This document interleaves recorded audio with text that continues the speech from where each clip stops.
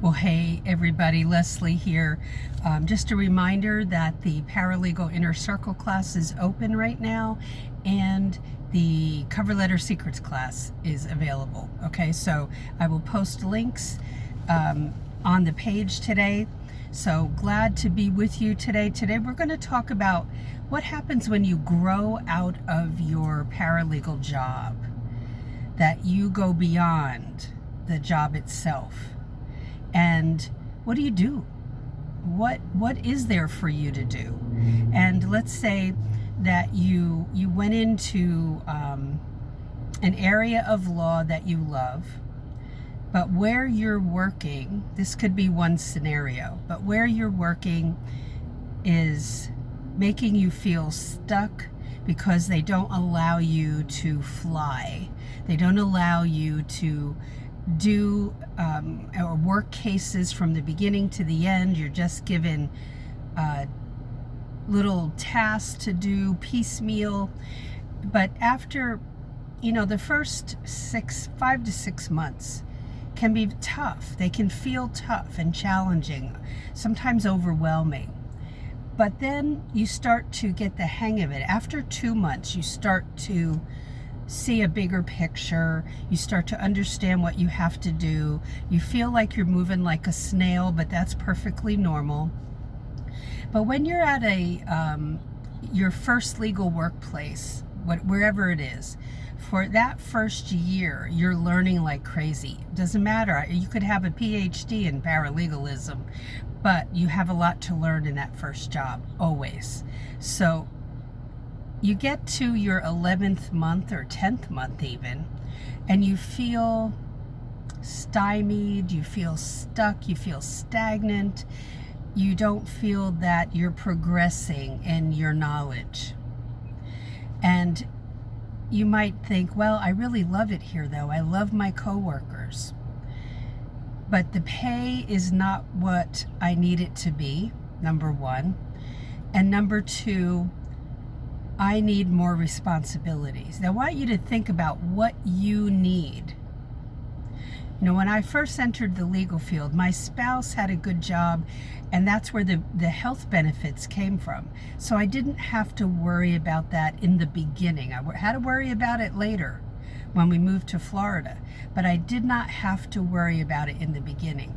What are your requirements for you personally?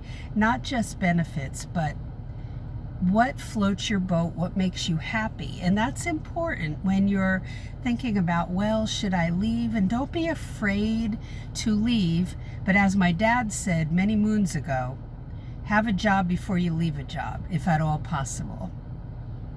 If at all possible.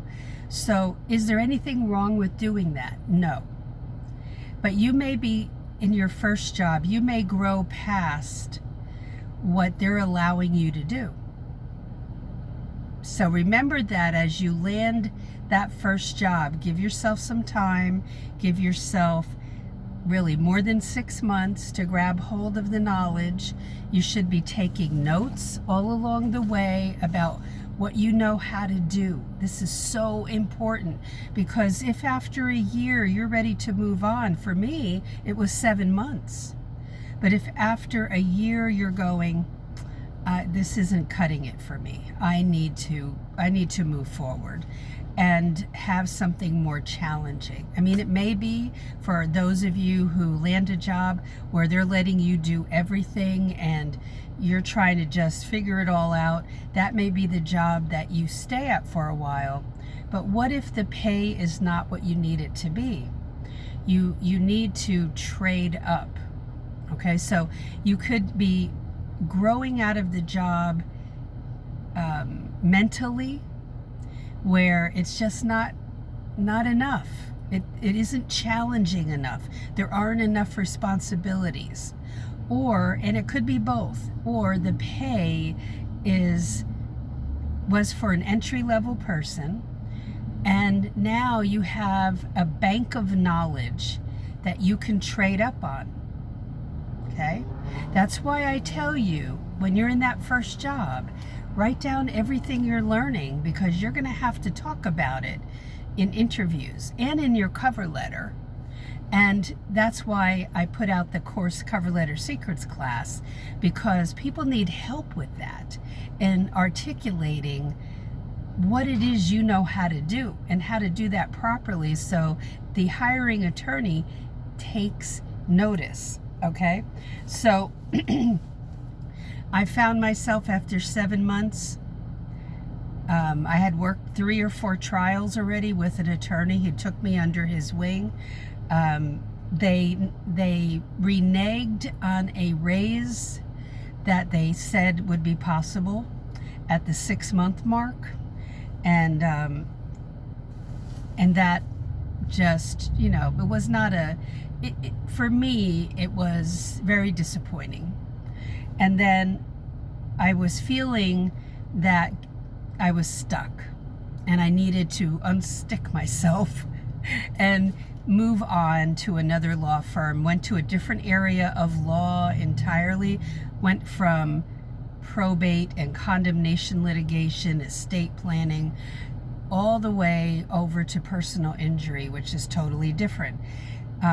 But having that litigation knowledge was very empowering, and working those trials was very empowering. No matter what knowledge you get,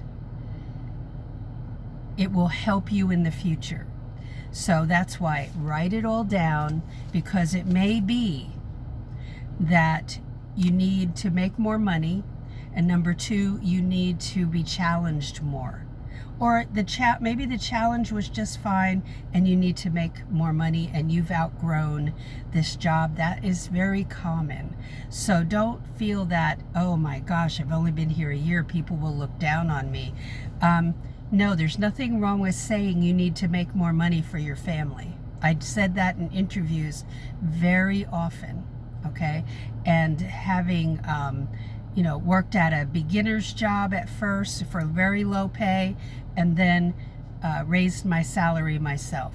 Okay, so any questions, comments, don't ask me what beginning paralegals make. I never quote paid salaries. Okay, that's not possible. Every hiring attorney, every workplace is quite different. So, but if you have any comments about anything else regarding this, I will be glad to help you out. So don't be afraid to ask questions below, and I will talk to you in the next video. Stay tuned. You're going to see the links to both the Cover Letter Secrets class and the Paralegal Inner Circle class right on this page today. So stay tuned for that, and I'll talk to you in the next video. Bye.